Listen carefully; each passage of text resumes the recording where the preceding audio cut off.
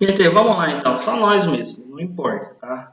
O importante é que faça diferença aí para vocês. Estão me escutando bem? Sim. Beleza, então, ó, eu vou projetar minha tela aqui e vocês podem me interromper aí a hora que quiserem para perguntar, tá? Tá. Então, ó, a gente vai começar esse bimestre a partir da situação de aprendizagem 3. Nós não vamos começar a partir da 1, porque veio uma ordem da Secretaria de Educação para que a gente focasse nas habilidades mais importantes para vocês, tá? Que as outras não sejam importantes, mas que essas são as estruturantes, essas não podem de jeito nenhum faltar. Tá? Então a gente vai começar pela situação de aprendizagem 3, história do átomo. Embaixo aqui eu coloquei a habilidade de explicar a estrutura da matéria com base nas ideias de Rutherford e de Bohr.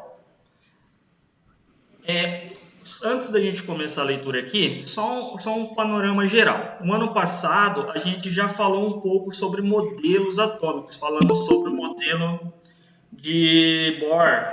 Deixa eu só ver quem está tentando entrar aqui. Oi, Cauê, seja bem-vindo aí. E aí, Julião? Bom?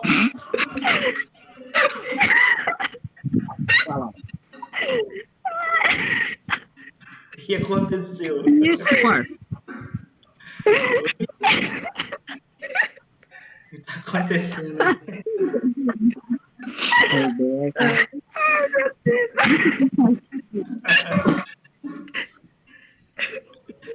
Então vamos lá, ó.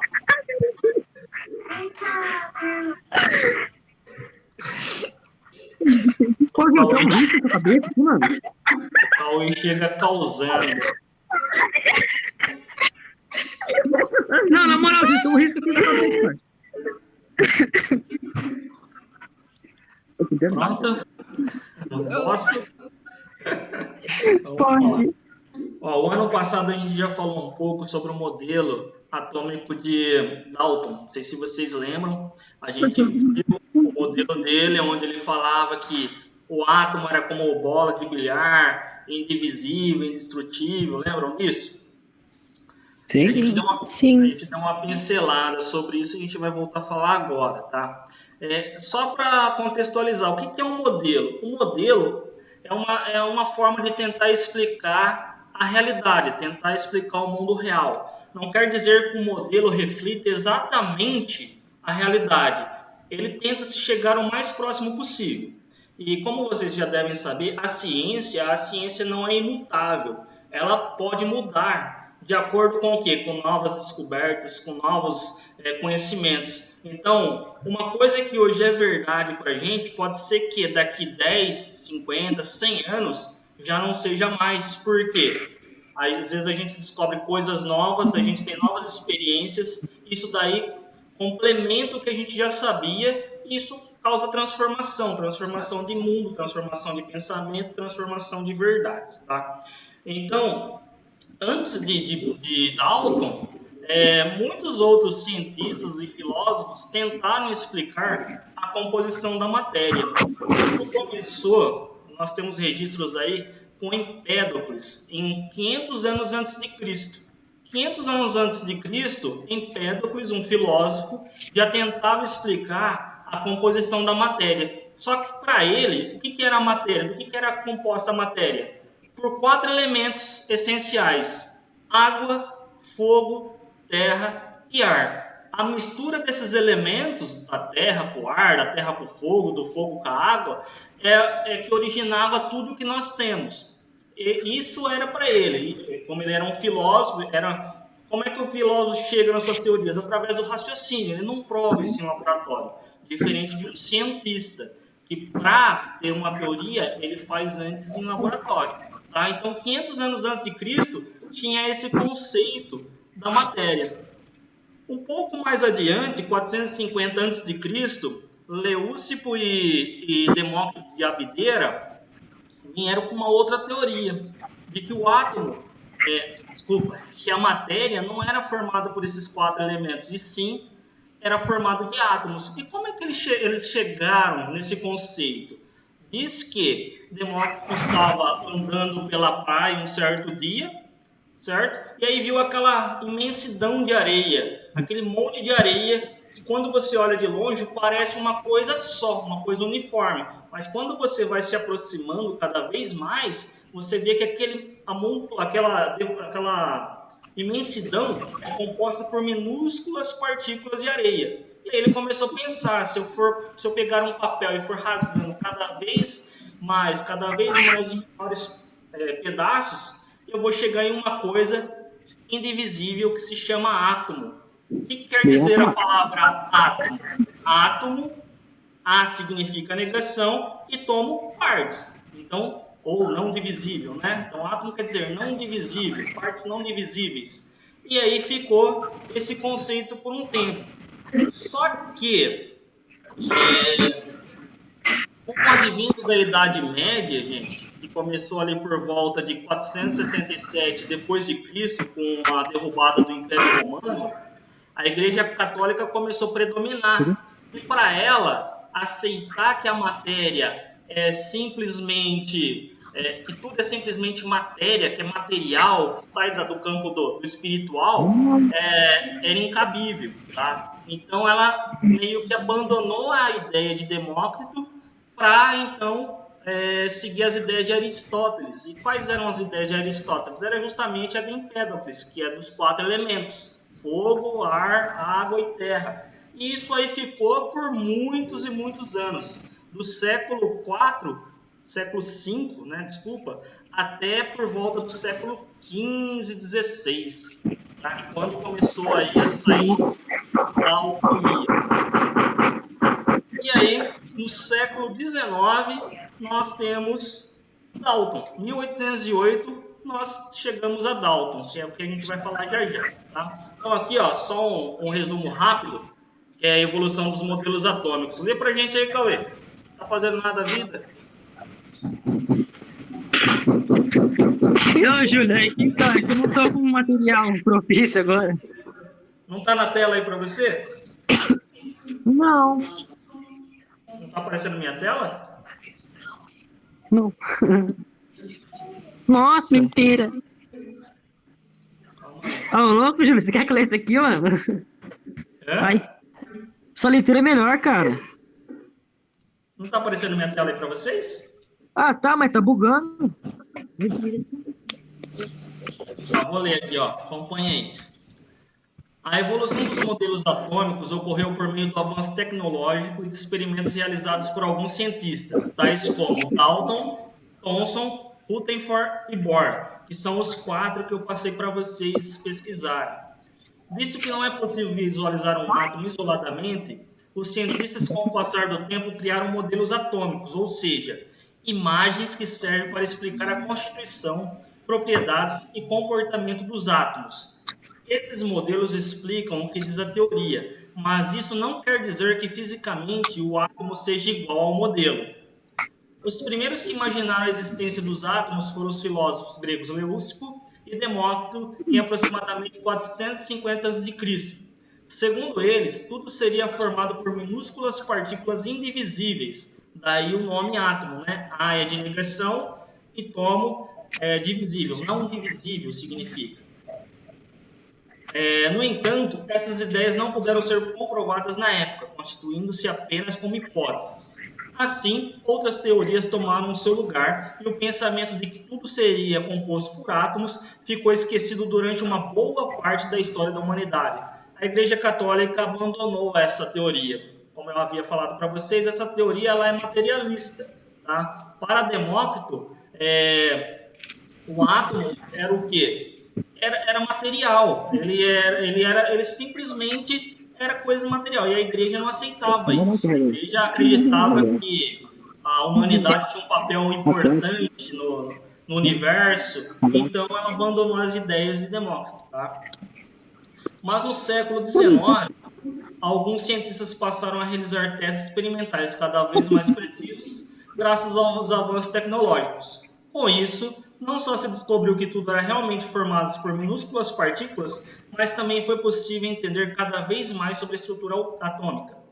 Os cientistas usaram as informações descobertas por outros estudiosos para desenvolver um modelo atômico. Dessa forma, as descobertas de um cientista eram substituídas pelos de outros. Então, assim, criava-se um modelo, aquele modelo era utilizado até um ponto. A partir do momento que aquele modelo atômico não conseguia explicar mais certos fenômenos, certos acontecimentos, eles eram abandonados. Tá? É por isso que a gente tem vários modelos atômicos. O modelo atômico não nasceu pronto. Ele foi o que? Gradualmente, ele foi sendo aprimorado com as novas descobertas. Tá? Por isso que vocês olham, tem o modelo de Dalton, de Thomson, tem Feuerbach. Cada um desses cientistas deram uma pequena contribuição para o modelo que nós temos. Aue. Eu? Falando aí, pô. Tira o áudio. É? Tira o áudio. Como? É que você tá falando junto. Mas como eu tiro o áudio? Como que eu tiro o áudio? Tem um microfoninho aí, é só perguntar mesmo. Não tem, não. Procura aí o que você acha. Ah, tem sim. Na tela. Foi? Os conceitos que estavam corretos permaneciam, mas os que comprovadamente não eram reais passavam a ser abandonados. Assim, novos modelos atômicos foram criados. Essa série de descobertas da estrutura atômica, até se chegar aos modelos aceitos hoje, ficou conhecida como evolução dos modelos atômicos, que é o que a gente vai ver agora, os principais, tá? Não quer dizer que só tenha esses. Existe modelo atômico de japonês, existe modelo atômico baseado em cálculos matemáticos, existe uma série de outros modelos, mas para nós são esses 4 aqui que são os principais. Então, esse primeiro modelo atômico aqui de Dalton, nós já vimos o ano passado, já demos uma passada, tá? Já fizemos exercício, a gente vai dar uma recordada rapidinho aqui. Então, em 1803, Dalton retomou as ideias de Leucipo e Demócrito. Lembrando que essas ideias de Demócrito, elas ficaram engavetadas desde o século... ela foi do século 5 a.C., que quando ela foi pensada por Demócrito, até por volta ali do século 19. Então, imagina quantos anos que isso ficou engavetado, tá? A matéria é formada por átomos. Então, Dalton fala o seguinte: a matéria é formada por átomos, que são partículas minúsculas. A gente não enxerga a olho nu e nem com o melhor microscópio do mundo. Maciças, esféricas e indivisíveis, como se fosse uma bola de bilhar, né? Ela é esférica, a bola de bilhar é maciça e é indivisível. É assim a concepção de átomo para Dalton. Esse modelo fazia uma analogia à estrutura de bola de bilhar. Então, esse modelo ele ficou conhecido como bola de bilhar mesmo, tá? Então, se vocês escutarem por aí, o modelo da bola de bilhar é o modelo de Dalton. Todos os átomos seriam assim, diferenciando somente pela massa. Então, por exemplo, o átomo de hidrogênio, ele é uma esfera maciça, esférica e indivisível. A de oxigênio é uma esfera maciça, indivisível. E qual que é a diferença entre o de hidrogênio e o de oxigênio? A massa. Um tem mais massa que o outro, somente isso. Para Dalton era assim que funcionava, tá? Hoje a gente sabe que não. Mas naquela época ele pensava assim: a única diferença de um átomo, de um elemento para o átomo de outro elemento, é a massa. Então todos os átomos seriam assim, diferenciando-se pela massa, tamanho e propriedades para formar elementos químicos diferentes. A próxima aqui. Então aqui, ó, esse é o modelo dele, então um desenho aqui, ilustraçãozinha, e esse aqui é o tal do Dalton. Por meio de experimento, agora o modelo de Thomson, tá? Então de Dalton, o modelo da bola de bilhar. Só que o problema do modelo de Dalton é que ele não explicava, por exemplo, a eletricidade, ele não explicava uma série de coisas. E aí faltava, né? Como é que você explica a eletricidade? O modelo não tinha carga, o átomo de Dalton, era simplesmente um átomo neutro. E de onde vem a eletricidade? Aí é onde que entra o Thomson. O Thomson começou a fazer alguns experimentos com uma ampola que se chama crux, e aí ele descobriu o elétron. O Thomson é considerado o pai do elétron, tá? Então, ó, por meio de experimentos com uma ampola de crux, o que é a ampola de crux? É um tubo de vidro fechado com um eletrodo. Deixa eu para carregar o note aqui, calma aí. Um eletrodo positivo e negativo. Então imagina você um tubo, eu tenho a foto aqui, deixa eu mostrar para vocês. Olha aqui, ó, é um tubo, de um lado eu tenho um eletrodo e do outro lado eu tenho outro eletrodo. Aqui dentro desse tubo é quase vácuo, é gás em baixíssima pressão. O que Thomson fez? Ele ligava aqui e começava a passar uma corrente elétrica. A hora que ele passava uma corrente elétrica, ele observava o quê? Uma luz que era produzida aqui no fundo do tubo. Ó. Olhem aqui. Aqui tem uma cruz de malta. A hora que esses raios batiam nessa cruz de malta, fazia o quê? Projetava ela aqui atrás. Esses raios que são liberados aqui ficou sendo conhecido como raios catódicos, tá? E a hora que mais que Thomson concluiu? Que eles andavam em linha reta, porque batia aqui e projetava a cruz aqui atrás em um tamanho maior. Aí ele começou a fazer alguns experimentos com esse aparato aqui. O que ele fez? Ele pegou placas positivas, com campo elétrico positivo, e tentava aproximar. A hora que ele aproximava, ele via que esse feixe de luz aqui, ele mudava. Tá? Ou ia para cima ou para baixo, de acordo com a polaridade que ele aproximava. Aí já a gente vai ver isso aí melhor. Thomson descobriu que existem partículas negativas que compunham a matéria. Para Dalton não tinha essas partículas negativas. O átomo era apenas uma esfera maciça, indivisível e neutra. Tá? Isso significa que o modelo de Dalton estava errado. Ó. Porque o átomo seria divisível. Se eu tenho partículas no meu átomo, significa que ele não é apenas uma esfera indivisível. Eu tenho partículas menores dentro dele. Então, eu consigo dividir meu átomo em partes menores. Então, essa questão de ser indivisível está errada. Tendo em vista que ele teria partículas ainda menores e negativas chamadas de elétrons. Então, é aqui que aparecem os elétrons. Visto que o átomo é neutro, cargas positivas também deveriam existir.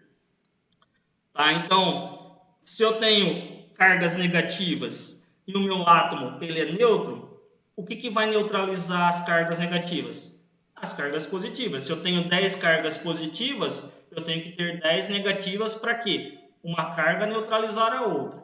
Assim, J.J. Thomson, para os íntimos, propôs o seguinte em 1898. O átomo é constituído de uma partícula esférica de carga positiva, não maciça, ó, diferente do que o Dalton falava, que era uma esfera maciça e indestrutível, né, e indivisível, incrustada de elétrons que são negativos, de modo que sua carga elétrica total é nula. Esse modelo de Thomson ficou conhecido como o modelo do bolo de passas ou pudim de passas, tá? Então aqui imagina que, ó, esse é o pudim ou bolo de passas, seria positivo toda essa parte aqui, e o que está incrustado aqui, ó, são os elétrons. Para Thomson era sim o átomo, tá? Ó. Então aqui eu tenho os elétrons incrustados.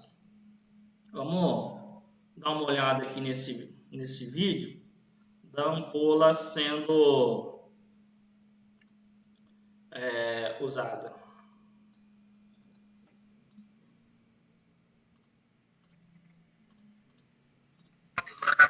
Ô, Júlio, de quem que é esse carro aí?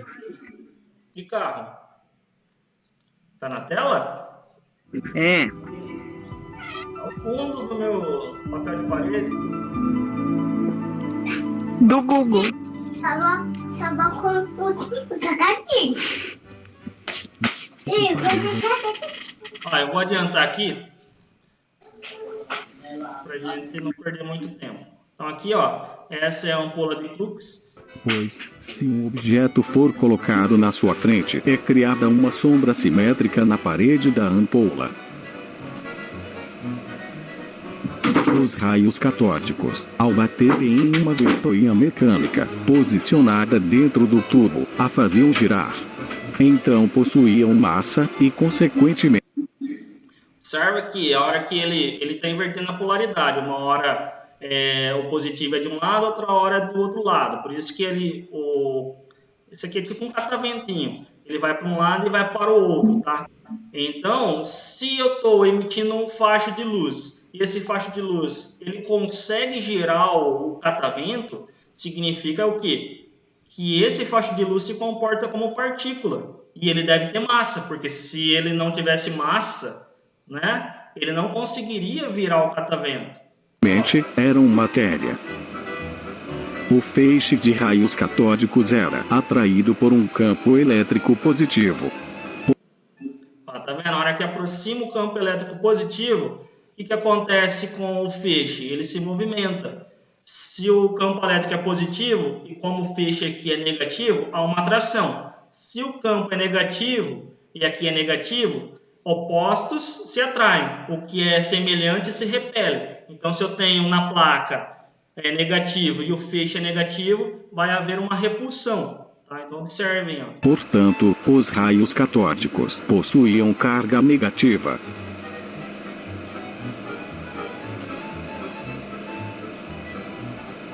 Galera, isso é muito louco. Só de você imaginar que esse feixe que está passando aqui, ó, é luz, não é uma coisa sólida, não é um objeto, um material que a gente está acostumado no dia a dia. São partículas, né? E olha como que se movimenta.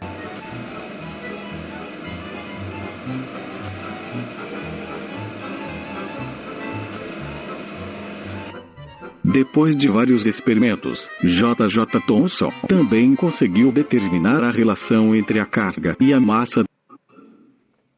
E já não importa mais pra gente, que aí entra na parte de cálculo que a gente não vê no ensino médio. Tá? Então foi esse experimento que Thomson fez e chegou aí no elétron, que até então não era conhecido por Dalton. Certo?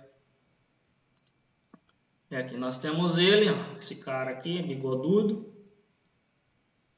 Vocês estão aí, gente? Dormiram não, né? Claro que não. Ah, vai dormir não. É meio teórico, mas é importante. Tá? Então vamos lá, vamos para o próximo modelo. Tá acabando já. Deixa eu ver que horas são. Já eu tenho o terceiro. Então aqui, ó, modelo de Rutherford. Em 1911, o físico neozelandês Ernest Rutherford realizou um experimento em que ele bombardeou uma finíssima lâmina de ouro com partículas alfas. As partículas alfas, galera, são positivas, tá? São partículas positivas, emitidas por uma amostra de polônio, material radioativo. Então, com a descoberta dos materiais radioativos, aí começou a ser possível uma série de experimentos que não eram possíveis na época de Dalton e nem na época de Thomson. E aí também começou uma série de questionamentos em relação ao modelo de Thomson. Por quê? Já não explicava ao material radioativo. Tá? Então, conforme vai sendo descobertas novas coisas, os modelos eles têm que sendo o quê? Adaptados, se adequarem às descobertas. Que ficava dentro de um bloco de chumbo e um pequeno orifício pela qual as partículas passavam. Ó, experimenta esse aqui. Ó. Então, olhem aqui. Ó, eu tenho um bloco de chumbo, porque o chumbo não deixa vazar a radiação. Aqui dentro eu tenho um material radioativo, que se chama polônio. E o único orifício por onde a radiação pode sair é através desse orifício. Aqui tem uma abertura. Tá? Essa aqui, ó, é a lâmina de ouro. Então, o que ele fez? Ele colocou a lâmina de ouro na frente desse aparato aqui. A hora que as partículas radioativas, partículas alfas de carga positiva, começaram a passar por aqui, elas seguiam em linha reta e batiam na lâmina de ouro. Aqui atrás, ó, é o sulfeto de zinco, é como se fosse uma chapa fotográfica. Então, a partícula que passava, ela atravessava essa lâmina de ouro, que era muito fina, e aí você conseguia saber a posição dela porque ela marcava essa chapa. Tá? Então, se ela batia, ela deixava um marquinho. Então, você conseguia saber aonde ela tinha... Por que é lâmina de ouro? Por que é ouro? Por que é ouro?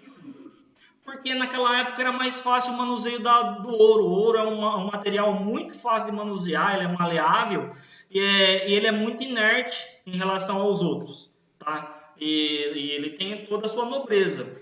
Poderia ser um outro, mas na época não tinha tecnologia para fazer uma lâmina tão boa quanto uma lâmina de ouro, entendeu? Podia ser de prata?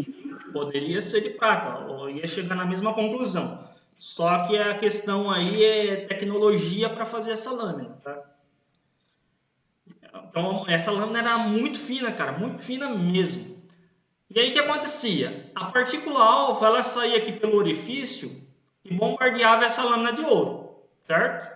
Aí o que ele observou? Ele observou que quando essa partícula alfa batia na lâmina de ouro, ela atravessava e seguia em linha reta. Bom, a primeira bateu aqui atrás, ó.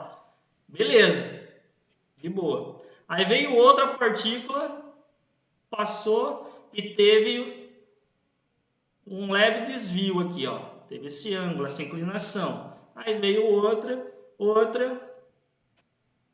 E teve uma que bateu e voltou. Aí ele olhou. O que será que está acontecendo? Por que essa partícula bateu e voltou?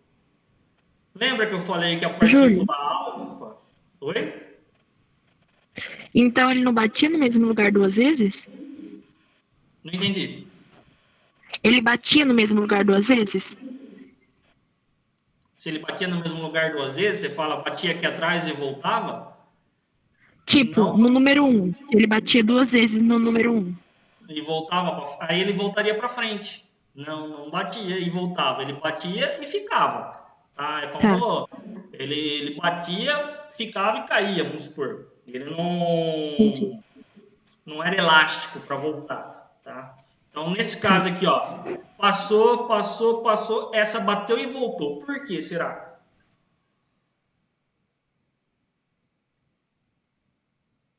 O que será que tem? Onde será que essa partícula bateu? Em que ponto ela bateu para que fizesse que ela voltasse, para que bloqueasse ela, para que ela resvalasse e voltasse?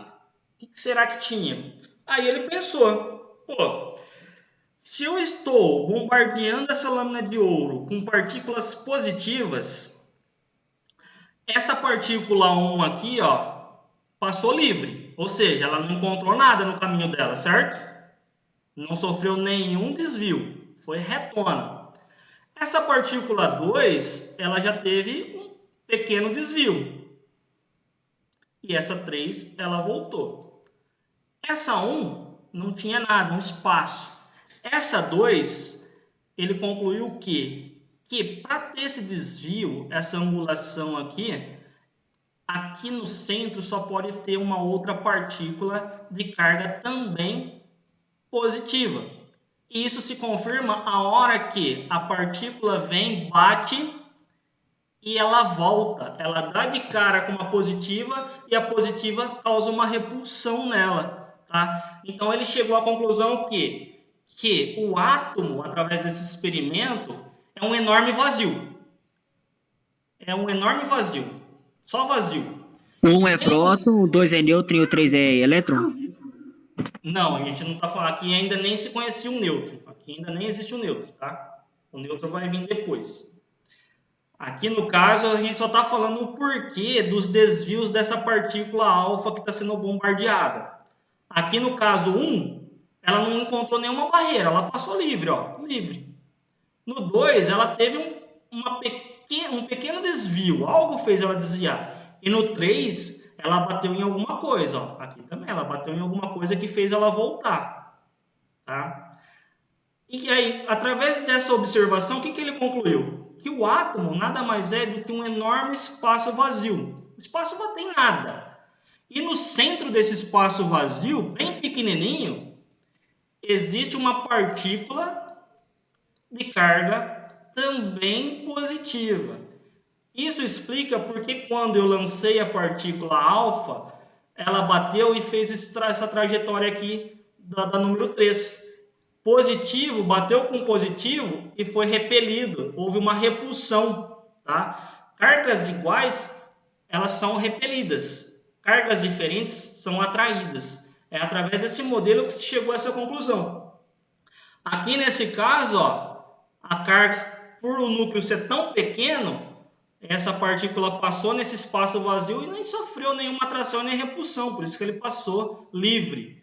Aqui ele já passou um pouquinho mais perto dessa carga positiva do núcleo, por isso que teve esse desvio. Aqui ele bateu em cheio ao núcleo e por isso que ele voltou.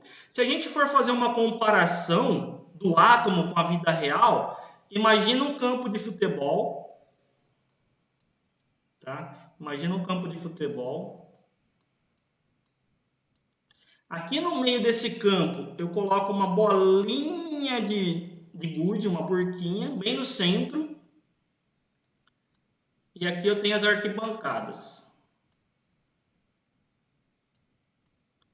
E aqui eu tenho alguns torcedores. Tem o Cauê, tem a Rebeca, tem a Giovana aqui, ó, torcendo aqui, tá?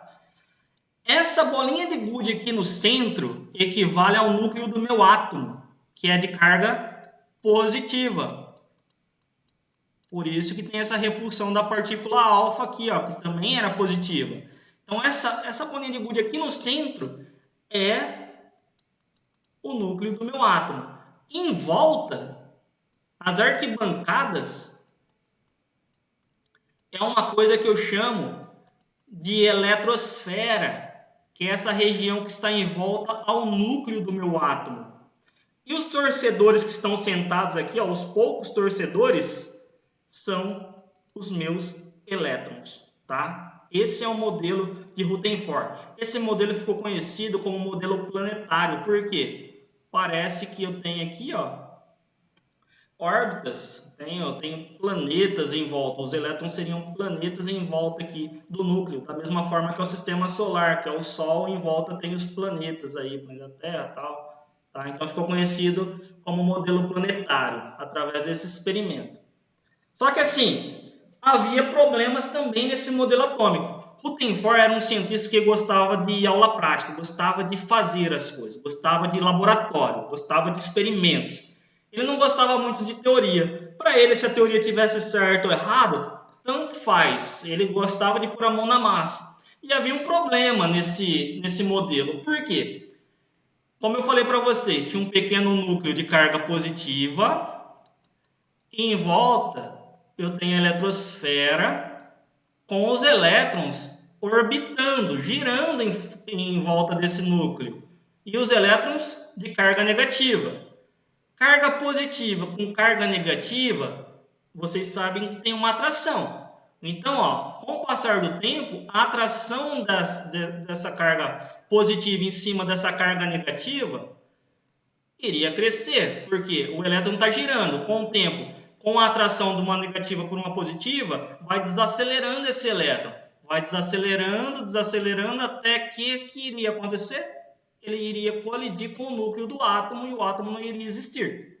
A gente sabe que isso não é verdade, por quê? Nós estamos aqui, né? Então isso não pode ser, não está certo. Então esse modelo de Rutherford, ele tem essa falha que foi corrigida com o próximo cientista chamado Bohr, que a gente vai ver já.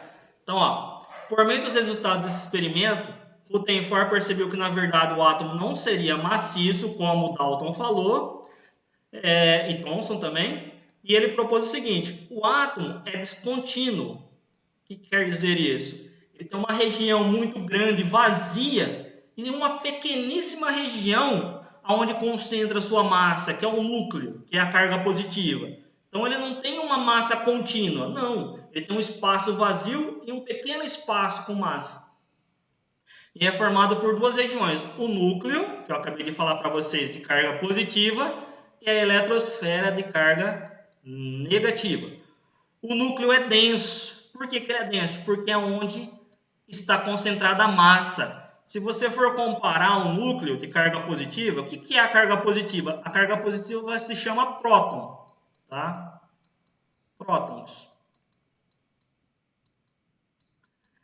O próton é 1000 1836 vezes mais pesado do que o elétron. Tá? Então, um próton é 1836 vezes mais pesado do que o elétron. Ou seja, a massa do elétron é quase desprezível. Eu posso desprezar a massa do elétron. O próton só está no núcleo. Ou seja, aonde que está concentrada a massa? No núcleo. Tá? Positiva, ou seja, é constituído de prótons. A eletrosfera é uma grande região vazia, onde os elétrons ficam girando ao redor do núcleo. Esse é um modelo de Rutherford. Está aqui o cara pálida. E aqui, ó, o núcleo, tá vendo aqui, ó, com carga positiva, em volta, essas linhas aqui, ó, é a eletrosfera, e na eletrosfera nós temos os elétrons de carga negativa. Como carga positiva atrai carga negativa, com o passar do tempo, essa carga negativa seria atraída para o núcleo até ser colapsada, até bater aqui no núcleo, tá? E aqui, ó, esse modelo é conhecido como modelo do sistema solar, modelo planetário. Modelo atômico de Rutherford, em 32, o cientista... dando continuidade aí, o Cauê, onde você falou do nêutron, o nêutron foi incorporado agora no modelo de Rutherford com o Chadwick, tá? 1932. Veja bem, o modelo de Rutherford foi proposto em 1908. Olha só quantos anos se passaram até o nêutron ser incorporado ao modelo dele. Tá? Então, em 1932, o cientista Chadwick descobriu a terceira partícula subatômica, o nêutron. Então, se você pensar lá em Dalton, Dalton era uma esfera maciça e indivisível. Não é? Não tinha nada aqui. Com o de Rutherford, agora nós já sabemos o quê? Que ele não é uma esfera maciça e indivisível. É uma esfera que se divide em outras muito pequenas, que são as partículas subatômicas. Que nesse caso, elétrons, prótons e nêutrons. O nêutron, como o nome já diz, não tem carga. Tá? É ele que faz o quê? Imagina você que o núcleo do átomo, ó, cheio de carga positiva. O que acontece quando eu tenho cargas positivas uma do lado do outro? O que acontece? Cargas positivas, cargas iguais, sempre vai haver o quê? Se repelem. Uma o quê? Se repelem. Isso, sei lá, alguma coisa assim. Vai haver uma repulsão entre elas, né? Aí imagina o núcleo do átomo aqui, ó, sofrendo um monte de repulsão desse próton com esse próton, um tentando empurrar o outro. O que iria acontecer com o núcleo desse átomo? Explodir. Não tem como ele existir. Por quê? Tem muita repulsão. Pô, mas e como é que esse átomo é estável? Como é que ele existe? E aí foi onde Chadwick concluiu que no núcleo desse átomo eu também tenho cargas, eu tenho partículas, né? Não são cargas, são partículas neutras. Que elas fazem o quê? Elas fazem a separação aqui, ó. Elas se colocam no meio aqui para tentar fazer o quê? Diminuir ao máximo essas repulsões. Elas meio que dão aquela separadinha. Um próton quer brigar com o outro, o nêutron entra no meio, opa, cada um do seu lado aí. Mais ou menos dessa forma, tá?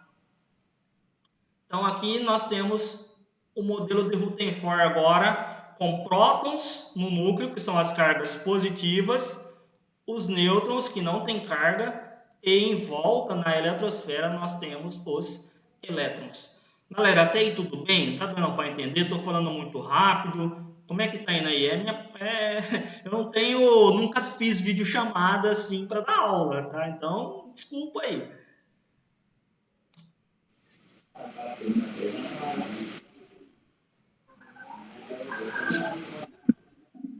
E aí nós chegamos ao nosso último modelo, que é o modelo de Bohr.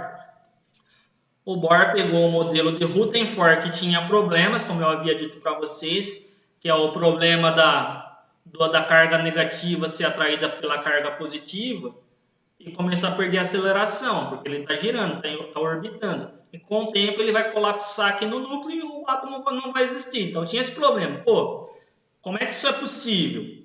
Aí o Bohr pegou as ideias de Rutherford e fez o seu modelo, tá? Então, ó, esse modelo recebeu esse nome porque em 1913 o cientista Niels Bohr de 1885 a 1962. Percebam que, ó, todas essas teorias são novas, ó. Não tem nada, a química é uma ciência nova. A química começou, a química moderna, no século XVIII, 1800. Tá? Então é uma teoria nova.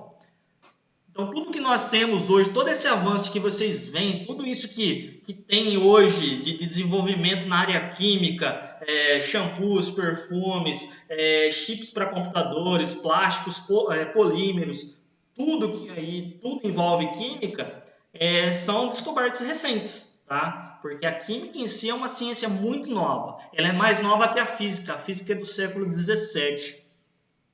Então, ó, ele propôs um modelo que se baseou no de Rutherford, apenas aprimorando. Então, ele pegou o modelo de Rutherford que já estava quase perfeito, né? Só tinha aqueles problemas, e ele aprimorou esse modelo de Rutherford.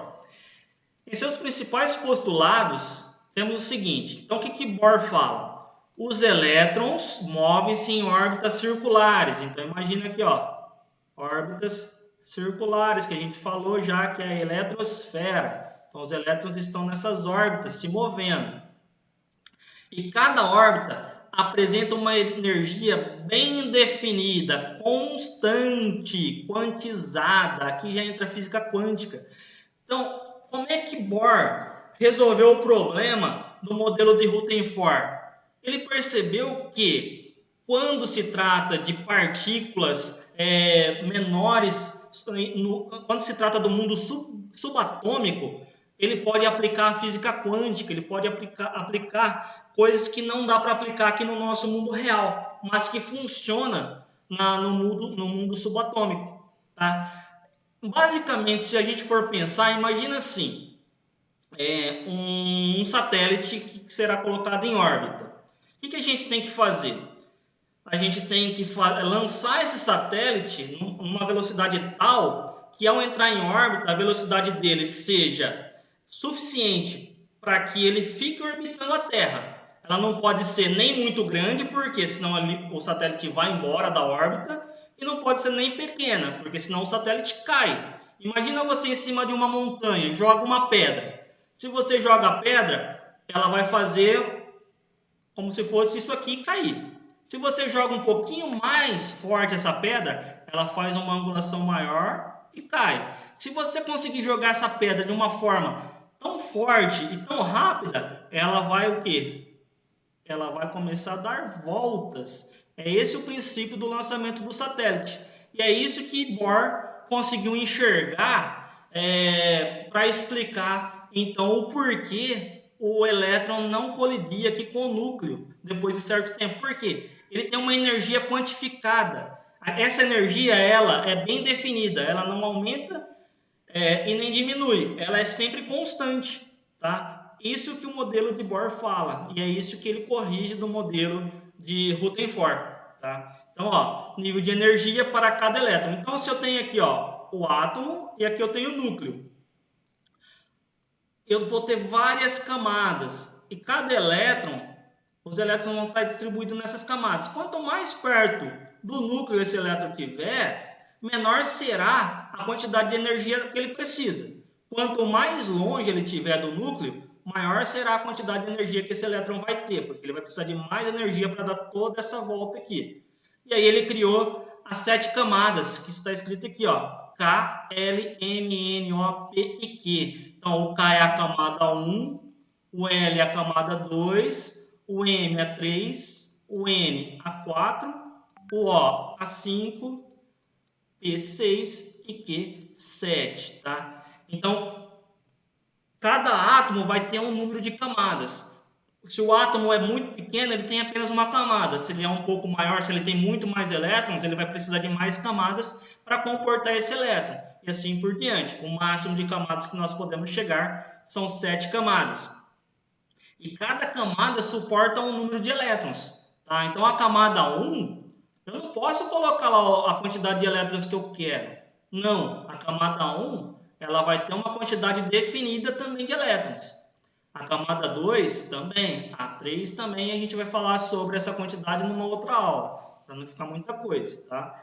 Então, ó, essas camadas eletrônicas ou níveis de energia passaram a ser representadas pelas letras K, L, M, N, O, P, Q, respectivamente, no sentido da camada mais próxima do núcleo para a mais externa. Então, aqui, ó, o K está aqui, ó, mais perto do núcleo. O L é a próxima camada. O M é a próxima. O N é a próxima camada. O O é a próxima. Tá vendo? Aqui vai ficando cada vez mais longe do núcleo. Quanto mais longe do núcleo, mais energética é essa camada, tá? E aqui nós temos, então, o Bohr, esse senhor, e esse aqui é o átomo dele. Com o modelo atômico de Bohr, agora é possível explicar, por exemplo, os fogos de artifício. Por que os fogos de artifício brilham e depois apagam? Imagina você tem um núcleo e aqui você tem as camadas. Lembra que eu falei, quanto mais perto do núcleo o elétron está, menos energia ele tem, tá? Vamos supor que eu tenho aqui um elemento aqui, ó, do fogo de artifício. E aqui elétrons... O fogo de artifício é o magnésio, né? A maioria utilizado. Sim, então vamos supor que seja o magnésio. O magnésio está lá, não está sendo queimado. Está aqui paradinho, está neutro. A partir do momento que eu venho e forneço energia para esse magnésio, eu queimo esse magnésio, ele começa a emitir luz, não começa? Sim ou não? O magnésio, quando está sendo queimado, não emite luz, uma luz intensa. Chega até a doer o olho. Eu acho que até fiz isso no laboratório para vocês verem. Então, ó, o que acontece? Esses elétrons que estavam nessa camada, a hora que eu forneço energia para eles, eles absorvem essa energia, só que agora ele está com uma energia maior. Se ele está com uma energia maior, essa camada não suporta mais ele. Ele tem que ir para uma camada onde o nível de energia é maior. Então, esse elétron ele pula dessa camada para cá, que é quando você está fornecendo energia. Então, ele pula, ele absorveu a energia. Agora, ele está muito energético. Só que essa energia ele vai devolver. E a hora que ele devolve essa energia, no caso do magnésio, dos fogos de artifício, ele volta para a camada que ele estava. Só que ele tem que dissipar essa energia, ele tem que liberar essa energia. De que forma ele libera? Em forma de luz. É por isso que você enxerga aquelas luzes bonitas. Eles absorvem o átomo, o átomo ali, o elétron da camada do átomo, ele absorve aquela energia, pula para a camada da frente. Na hora que ele devolve essa energia, ele emite luz, tá? Senhor, Oi? e as cores que saem aleatório? Não, aí já entra na parte de frequência de ondas que vocês vão ver em física, tá? Aí cada um vai emitir uma frequência de onda, né? Cada átomo ele tem uma frequência de onda que é feito no espectro de cores. Isso aí Se eu não me engano, o magnésio é branco, o zinco é azul e é isso aí. Mas é o mesmo procedimento para qualquer tipo de elemento? Mesma coisa, que nem quando você está na sua casa lá, vai colocar sal em alguma comida lá no fogão, tá ligado o fogo, você vai pôr sal, aí cai sem querer na chama do fogão. O que acontece? O que acontece com a chama? Ah, é verdade, né? Ela muda de cor. Fica laranja. Fica meio amarelada, laranja. Isso, fica meio alaranjado, meio amarelado. Por quê? Aquele elemento ele absorve a energia da chama e devolve em forma de luz. E aí faz com que muda a coloração da chama. Cada elemento químico vai ter uma coloração específica. Isso se chama teste de chama. É que a gente não tem como fazer agora, mas é bem legal. Vamos seguir aqui para fechar. Então aqui, ó, só um exemplo das camadas. Tá vendo aqui o hidrogênio? O hidrogênio ele só tem um elétron, por isso ele só tem uma camada. O hélio tem 2 elétrons. E aí só tem uma camada, porque a camada K, que eu vou falar depois, suporta 2 elétrons. Se o elemento tiver mais que 2 elétrons, ele tem que ir para uma outra camada. Então, por exemplo, o hidrogênio ó, tem 2 elétrons. Tem um elétron, desculpa. O hélio tem 2. O lítio tem 3. Se a camada K só cabe 2, não dá para colocar mais um. Então, é criada uma nova camada para acomodar esse elétron. Tá? continuaremos na próxima semana. Aí tinha as atividades, que acho que alguns já fizeram, que é só fazer uma síntese de cada modelo, é só pegar o texto. Esse texto aqui eu mandei para vocês, estava lá no blog, postei no grupo também.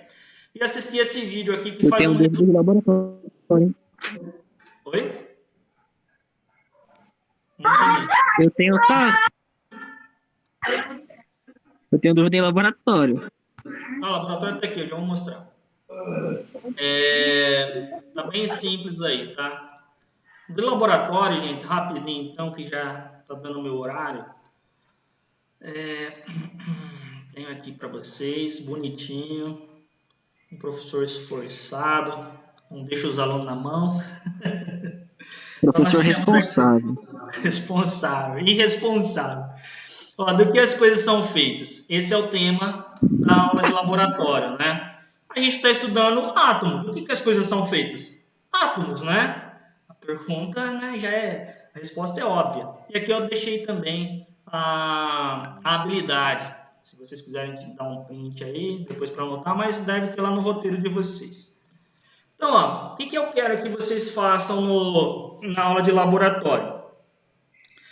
Nessa atividade serão realizadas apresentações dos modelos atômicos Dalton, Thomson, Rutherford e Bohr, que eu acabei de explicar aqui para vocês. Quero que vocês façam uma pesquisa sobre cada um, tá? Então, eu falei de um jeito, coloquei um texto para vocês, e eu quero que vocês pesquisem em outros lugares para complementar isso que foi falado, para vocês verem o mesmo assunto de outro ponto de vista, escrito por outras pessoas, falado por outras pessoas. É esse o objetivo. Pô, já vi o modelo, já sei o que é. Eu sei que você já sabe, mas eu falei de um jeito, o outro pode falar de outro e acrescentar outra coisa. Esse é o objetivo. Deixar isso daí o mais robusto possível, aumentar esse conteúdo, aumentar essa compreensão por parte de vocês. O 2 é a sequência, tá? Você já vai estar fazendo a pesquisa aqui, lógico que você já vai estar coletando dados, então é mais ou menos que a mesma coisa. Só que aqui a diferença é que eu quero que vocês mostrem quais são as similaridades entre um modelo e outro. Por exemplo, o modelo de Dalton e Thomson. O que tem de igual nos dois? Dalton e Rutherford, Dalton e Bohr. Eu quero que vocês mostrem para mim o que é semelhante entre um modelo e outro. No modelo de Dalton e Thomson, os dois eram esféricos. Os dois eram indivisíveis. Não sei. Vocês vão pesquisar e ver quais são as semelhanças. Além dos textos já dá para saber, pela explicação dá para saber. Qual é a diferença? Se eu pegar o de Thomson e de Dalton e comparar, o de Dalton era uma esfera maciça indivisível e neutra. Já no de Thomson eu tenho uma esfera incrustada de cargas negativas, que não tinha no de Dalton. Está vendo a diferença? E essas diferenças eu quero que vocês coloquem em uma tabela aqui na terceira. Tá? Então é quase tudo a mesma coisa, é uma pesquisa e colocar essa pesquisa numa tabela mostrando o que é igual e o que é diferente, só isso.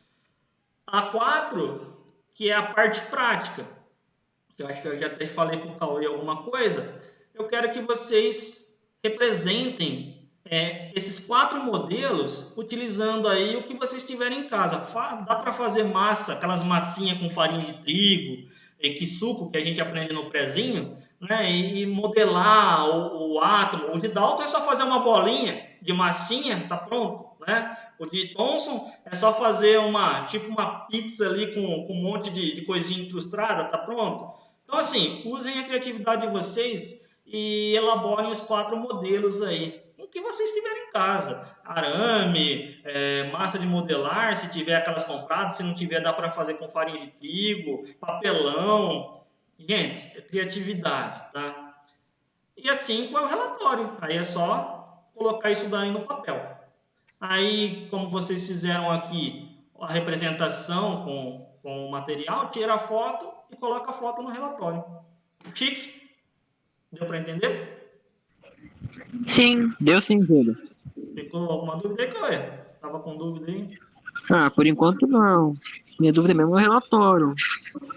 O relatório, eu mandei 2 arquivos no grupo de vocês. com o esqueleto já, né? Lá já tem a capa, é só colocar o título da aula, que é do que as coisas são feitas, aí colocar o nome de vocês, então o esqueleto está pronto. A introdução. Introdução você vai pesquisar o quê? Sobre o modelo atômico. Aí eu coloquei um outro arquivinho que explica o que é introdução, o que é objetivo, o que é cada coisa. Dá uma lida lá que vai ficar legal. Fechou? Fechou, Júlio. Gente, Aí no objetivo Oi? eu coloco, tipo, descobrir sobre as coisas são feitas. É a mesma coisa que o tema. Entender sobre o que as coisas são feitas, entender o modelo atômico, aí você inventa alguma coisa. Entendeu? Entendeu? Gente, muito obrigado pela participação de vocês. Qualquer dúvida, estou à disposição, é só mandar mensagem, beleza? Semana que Valeu aí, vem Julião. a gente marca outra, que eu acho que vai ser o jeito, porque o bimestre todo praticamente vai ser online, e sem a explicação acho que vai ficar muito difícil, tá? Então a gente deixa marcado para quarta-feira o mesmo horário, combinado? Tá bom. Beleza, gente, obrigado, até mais, tchau, tchau. Valeu, Tchau, tchau. valeu.